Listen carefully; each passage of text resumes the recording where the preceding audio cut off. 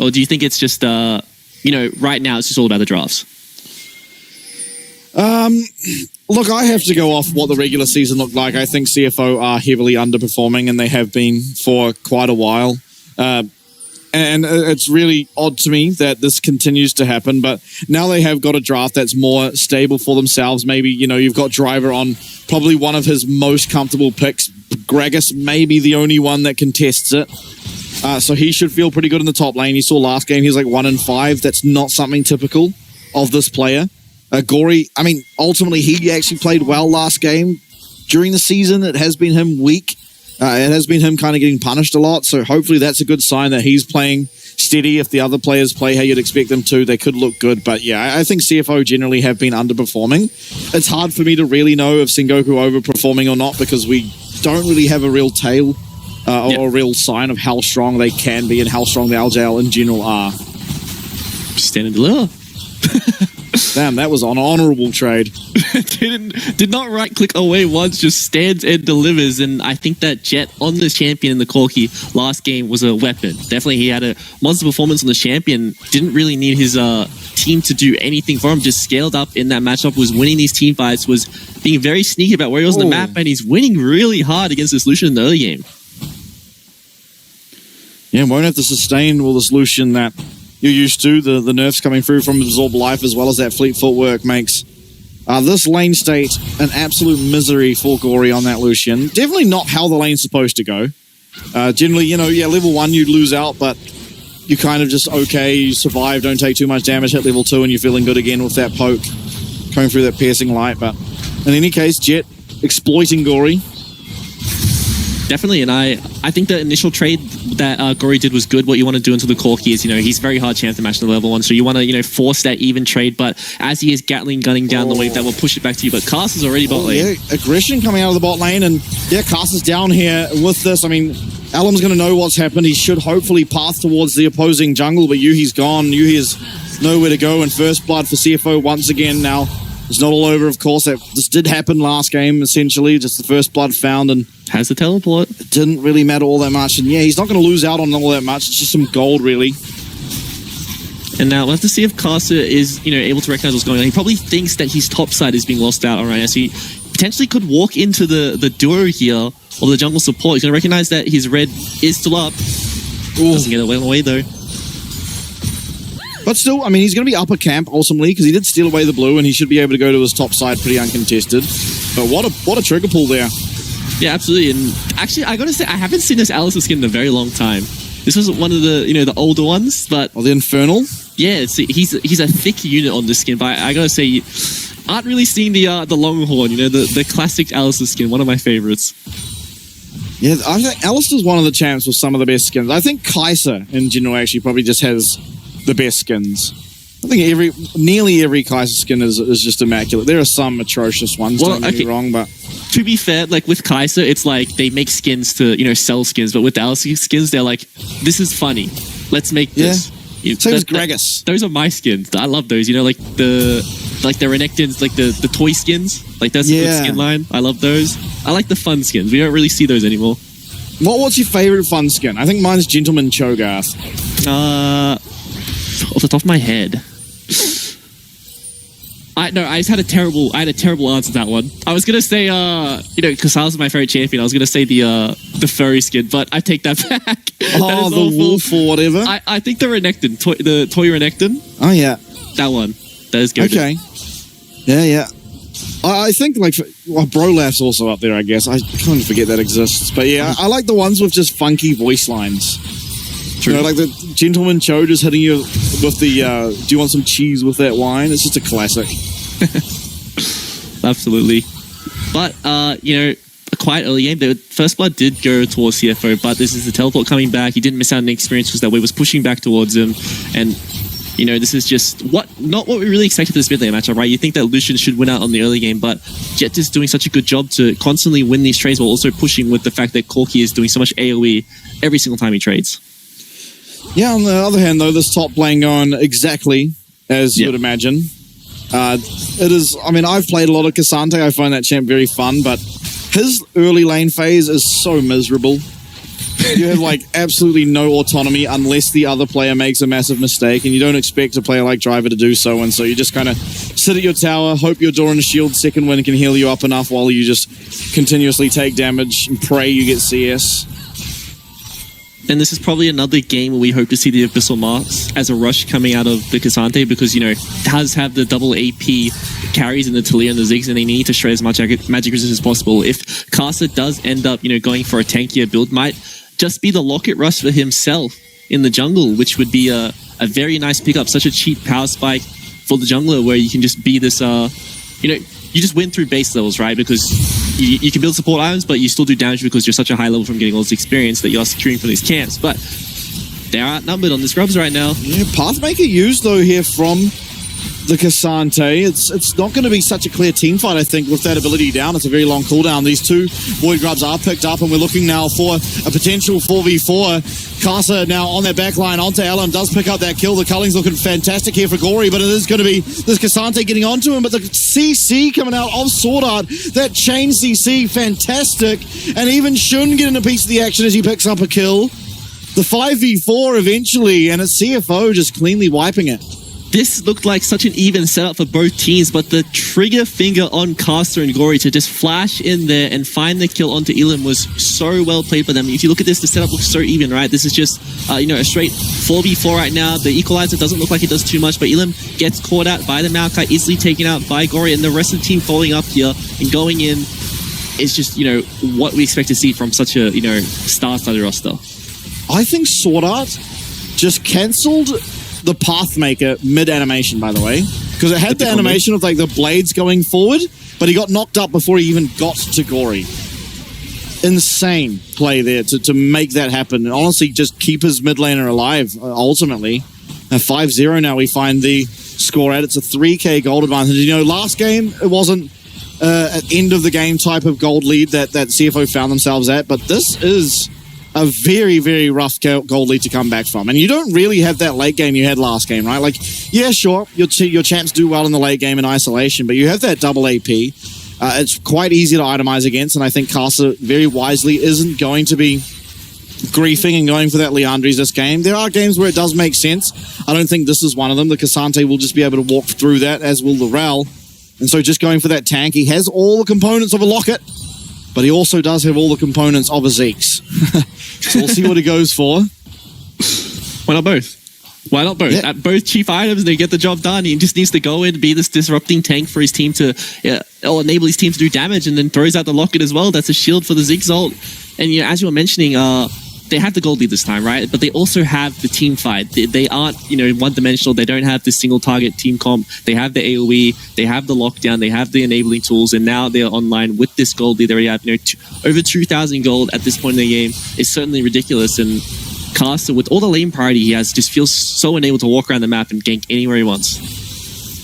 Yeah, doing pretty much anything he wants, anywhere he wants. His driver's going to get 2v1, but I've seen Rumbles win these, and Rumbles winning these! Oh, one more auto attack would have done it. He would have at least traded 1-for-1, but not able to do so, and it is going to be Kanatu picking up that kill there on that Cassante. Still, he's definitely not going to be anywhere near the amount of gold that driver has as a bit of supportal combat. Not the same supportal combat as you sometimes see. These tanks are not going to be killing each other. But it's still an extremely good case for him in the top lane. The fact that he got that kill, being able to push in that extra wave, gets a nice reset off, gets a tower plate for himself. Might even have enough gold to complete his item. I don't think so, not just enough yet, but he's in a much better position, and it doesn't look like he is going for the Abyssal Masters time. Just like he's going to build towards the Kanik. Yeah, interesting. I mean, who was it yesterday that we saw? Ryu? Yeah, I think it was, right? And I think we both agreed it was a fantastic purchase. I think it is just stronger than the Kanik, just by virtue of, especially in this team comp, you have those two APs. Yeah. It's going to allow them to do a whole lot more damage, especially when you know Magic Resist is going to come out. And blessed be Casa. We have that Locket purchased. I mean, it makes a lot of sense. Based Casa. Yeah, it definitely makes a lot of sense. And, you know, to, Kanatu's defense is that, you know, the Abyssal Mask is not an item you buy for yourself. It's definitely for the team. Doesn't give you as much resistances in your individual 1v1. It's going to be better in the 5v5 when you can, you know, get a lot more of that magic resist stealing to, you know, stack that one up. But in the individual 1v1, obviously the Kanik going to be the better defensive item. But this is a team game, and sometimes it is just better to buy these items to enable your team. Yeah, I'm not thinking we're picking Cassante into the Rumble for our 1v1. Is kind of the problem, right? Is that you are kind of conceding, yep, my 1v1 sucks, but I come to a team fight and I should have more impact. But at least, I mean, it does mean he can trade a little bit better, a little safer on that side lane, but ultimately, not sure that I like it. Void Grubs were picked up there on the side of CFO. Casa getting 4 of them all together and looking pretty good. Kind of surprised this game that Gory's gone for the Kraken Slayer. I think Blade of the Ruined King makes a lot more sense. I think that after the nerfs, it's just the item you always build, right? Regardless of the matchup, it just does more damage overall now. So surprising that it is the Kraken pickup. You know, back in the day, this was a crit item, so it was like, okay, you itemize towards your cap of crit, but now it's just that straight DPS item, and it just gets DPS or out DPS by the Blade of the Ruined King now. So I am also surprised it is the case here, but it is still an extremely strong item overall. Like, you're going to do a lot of damage, especially, you know, when you do have uptime. And in the case where you do have uptime, might even do more damage than a Blade of the Ruined King. But that item in itself, Blade, even without the active, just the stats it gives you, there's so much lifesteal, a really good amount of base AD. It's just a really nice, you know, filling item for these AD carries in the solo lane. Absolutely. Lane matchups going to feel pretty good, I think, for CFO because, you know, Corki is range and Rumble doesn't love range. Ultimately, you land one electric harpoon and just chase down this Corki, and you're probably winning that trade. It's kind of the ridiculousness you get out of picking this Rumble champ. Poor Cassante, though, up in the top lane with his Kanik Rookin against the full AD Lucian with the Kraken Slayer. Yeah, that's miserable. This is the unfortunate part about, you know, lane deploys. When you are the team who is down tempo, you don't really get to decide your matchups. You don't get to play for the favorable lanes. You kind of are just responding to what the enemy team is doing. And the case right now is you have a terrible 1v1. Not a whole lot happening in this bot side. It is just a 2v2. Driver not really being able to play for any aggression onto Jet, being that gang is there and will deny any really forward momentum from a Rumble. But I think it really ultimately should just be sort of priority over this Dragon. CFO can just look for that second one. Much slower than it was in game number 1. Yep, a minute until that one spawns, and we're probably going to see CFO group up. I really like the lane deploys we are seeing right now. Sorta is just laning down bot, allowing his AD carry to get solo experience in the mid lane, you know, denying the counterplay for Sengoku on the side of the map, and Carson the entire time was looking to steal away camps on the top side, securing vision. You see so many pink wards dropping the top side of the map. Might see them being moved down, but this is the Power Six. Just strolls down from mid, claims himself first blood tower, back to mid he goes. Maybe even choosing to use his ult here to clean up some of this wave. It doesn't seem like he is. Just happy to walk there. What doesn't have the TP to himself, though, so the fact he walked to bot, walked back to mid, it's going to be really late on tempo. We see Elim basing as well now, but CFO coming back onto the map already after a complete team reset. They're very far ahead in tempo, so they have the pick of the litter if they do want to go for the Rift Herald or wait for that setup and get the Dragon themselves. And it looks like with their deploy right now, they are prioritizing that Dragon. Driver has to be very careful here. If he does walk forward, he will quickly find himself surrounded. Elim can come in from very far away with that Weaver's Wall, but wisely backing off. He has that pink ward to protect himself, and it is going to be this Dragon. See if Sengoku look for the Rift Herald. So far, not opting to get much priority over there. They do have to contend against that Scuttle Crab, which was picked up by Casa. In the trade of the map, this is probably what you usually expect. You know, you look at the inventories right now and you see just a lot of components on the side of Sengoku, especially Jet. That main carry for them in the last game doesn't have his Triforce yet, can't match up to the power that Gory has in this, you know, cheaper item.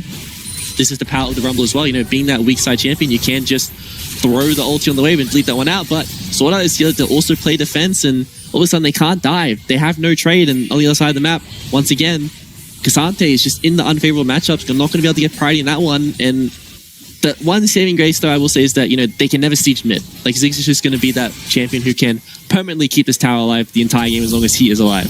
Oh no, Ellen flashing too late, and Caster's going to find everything he needs to take down this jungler once again. This Rift Herald likely to follow it as just Caster pulling that trigger too quick. And there's going to be another advantage found here for CFO as they look for, what is their third, I don't know how you count the Void Grubs, but we'll say third objective of the game.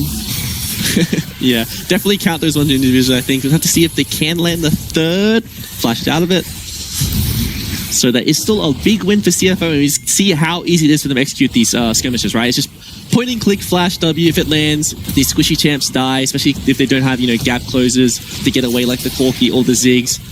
And especially if it is Ilum by himself, not paired up with Gang. And I think that is what they need to do. They need to be together at all times. Because he is strong, he has the damage, but right now, seeing a Talia go to the Merc Trace because he just feels so scared is very telling of the game state. For sure. One scary thing now, though, of course, is that, we traded flash for flash in terms of those junglers, but it isn't only Caster that can find engage, right? You can just throw it in Nature's Grass, Sword Up can be on the flank, find that flash, headbutt pulverize, and follow it up with an equalizer, and that's going to be a very hard position for Elam to try and navigate as Sword Art protecting Gory. This tower is certainly going to get taken down, or is it actually Gang? Going to get stunned on up. Here comes Nature's Grass. They are going to be happy, though, with just that flash. Allow Gang to get on out of there. Not so certain they win the fight. This tower's going to go down. Gory may even go down. Mega Inferno Bomb does get taken out to 1 HP. 1 HP survives the stun coming through. Now Jet, he's without a flash. Everyone really on the side of Sengoku without flash. In will come this Cassante, and Kanato's got a lot of work to do. I've seen Cassante's do some crazy things. And some crazy things he's going to have to do. He manages to get 1 kill, but it's going to be Shun picking up a double. Gory's here, that teleport getting so much use. Here comes another kill for CFO. It's 2, it's 3, and Gory with the back end triple kill after teleporting back in. Getting that ace for the side of CFO. They're going to get the towers afterwards with this Rift Herald and a massive advantage in this game. CFO looking pretty clean. And that was so satisfying to watch. There was 3 bullets, 3 kills coming out of Gory. He can't count the double shots, but it sounds cool that way. And this is what we thought we'd see from CFO in Game 1. They look so dominant right now. Everywhere they go, even if they find themselves on the back foot, they, regather, they reposition themselves. And Gory, the fact that he lived here is the downfall of Sengoku. Look at him, pretty much on 1 health, gets that recall off. You see him channel the TP later on, and he is the reason why all these kills come through at this endpoint. And I think that without him, if he did fall down, this could have been a much more even trade from a game state, which is not favorable for, Sengoku right now. Yeah, and it was just the back end cleanup. There you see Gory teleporting in. He actually puts down the Rift Herald as well. Really wise. I mean, you're not wasting time, right? You get that Rift Herald down immediately. You clean up this team fight, hop on in to get your forklift, and out you go. Now back to life. Caster very, very low. Is going to waddle away. No, he won't. That rocket barrage will connect onto him, and that's a traded back kill in favor of Sengoku. There's not a whole lot of objectives to get. Maybe you could find some pressure on this mid wave, but certainly a nice amount of gold going over to that Corki. Definitely, and Jet was that one who was able to carry that last game when he has the resources. So have to see if they need a couple more of those, right? Obviously, this is not going to put them back into contention for winning this game, but they are not out of it absolutely. And I'm starting to see some. No, I'm lying. It was a Ziggs. It was a Ziggs all along. I thought I was going to see a second locker come through, but it is a Ziggs. And we do go into the replay. This is sort of forced to blow his ult. We see how much damage Jet is doing, even though he doesn't have a lot of items to his name. It's just outputting so much damage because base damage of Corki is just so high. And if that ult was just a bit better, that would have been a really, really good setup for, Sengoku on this tower. But this is just Caster trying to defend here, but getting dragged away from the tower, I assume, and him falling down. Oh, it's just a really nice seismic shove. Well played by Caster to almost get his way out of that, but it does eventually go down. Still not going to be the biggest detriment, really, all things considered, for CFO there. They still do have a 5-0 Jhin, that's 2 items, and a 4-0 Lucian, that is as well 2 items. Extremely fair.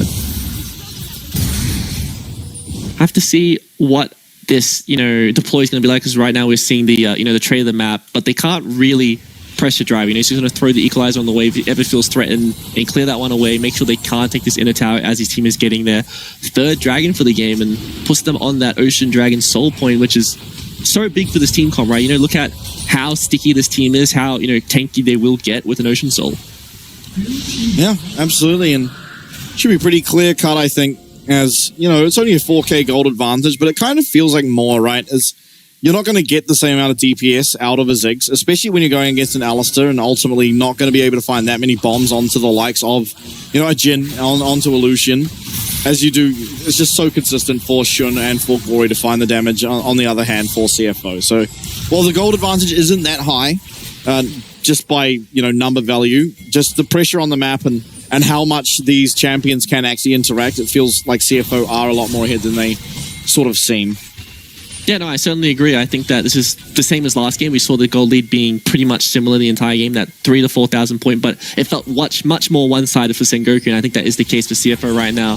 Wherever they go, wherever they feel, confident to go for that engage, they will probably just find a kill, and we're seeing the collapse from CFO right now. Yeah, 4 members of Sengoku on this bottom side of the jungle. That Deadly Flourish will not connect, at least with the root. It does land, but not quite the instance of damage on the correct person. As recalls will come through, it is 4 minutes now onto a potential Ocean Soul. Obviously, the Baron has been up for a while. And CFO, they do it reasonably okay just because of how fed these members are, but you're never going to do it that quick with a Jhin. Yeah, definitely not. And, they only really have one DPS threat onto the Baron right now. It's just going to be the Lucian. Rumble does a decent amount of damage, but no one can really match up to that. Caster caught out of position, but Phase Rush walks that one off. And they're trying to regain priority, right? Sengoku had committed to one side of the map. Now they have to cross back on the other side of their quadrant and help Jet get his resources. He needs to, be able to push out this wave. They are enabling him, and I think Sengoku has been doing this really well in both games. They move around the map together as a team. Their macro is very good, and I think this is probably the highest level of league we've really seen so far in the tournament. Yep, looking pretty good, all things considered. Deadly Flash will connect there. Alan comes in with that Weaver's Wall. He lands the seismic shove. He lands the stun, but Sword Art is there to protect up his Jhin. The curtain call still available as Q3 does go wide there from Kanatu in that middle of the mid lane. And all things said and done, no deaths going down. There's low health bars as Rocket Barrage is also going to connect for Jet on that Corki. 5v5 mid lane, Sword Art.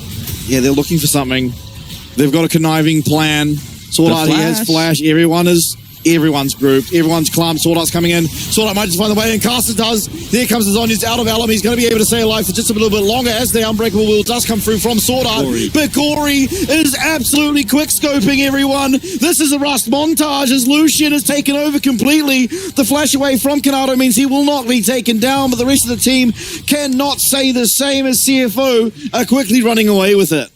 Once again, Gory with the teleport, finds the flank, finds the backline, and completely takes him out. As you mentioned, the quick scope going on. Like I was watching an old Modern Warfare 2 montages. He was just headshotting everyone on the enemy team there.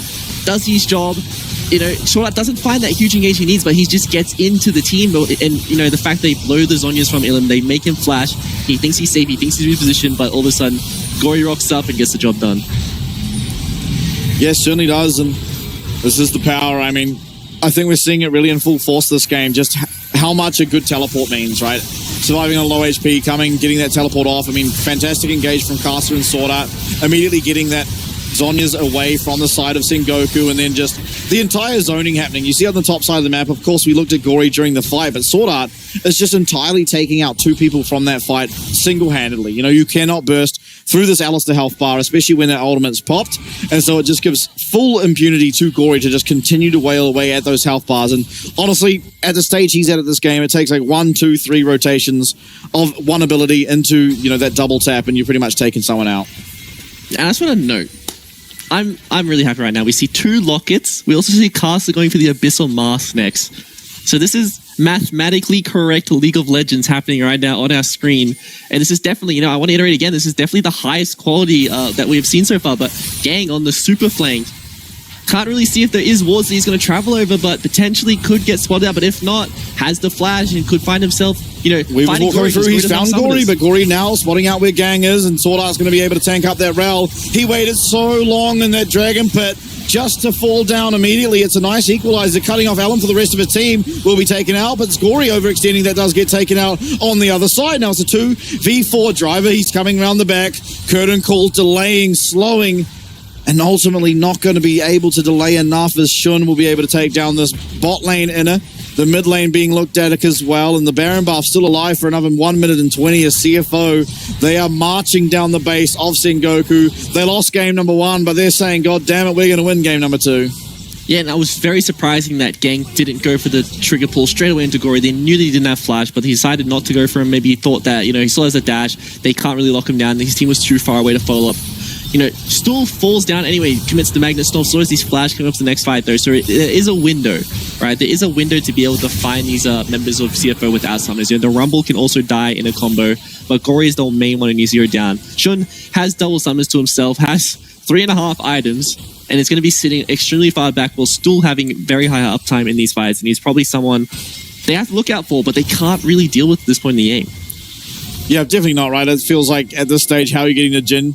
Some miraculous engage where Alum can fly on that Weaver's wall and it can be followed up by a Ziggs bomb, but everything has to go exactly right for that to ever be a true opportunity. And our Sword Art's going to get face checked on. There's a lot of CC coming through, but he has that unbreakable will. He is going to be so tanky and delay Forecaster to get through. Gory's doing all the damage you'd ever need. That Nature's Grass looting up and locking down all of Sengoku Gaming as 4 members are trying to get herded in to this top side of the map. Shun slowly making his way over there, and CFO, they feel in complete control. There's nowhere to go. They're on the wrong side of the map. Driver going to be face checking though, as it's going to be Kanatu finding a lot of damage, and Driver is just one shot there. In will come this Weaver's War. Gory, he does get stunned up, but he's going to be able to dodge away from a lot of damage. He gets that Relentless Pursuit back up as Jet's going to be able to take 1 kill, but Shun is not taking any damage whatsoever. He's able to run forward and auto attack.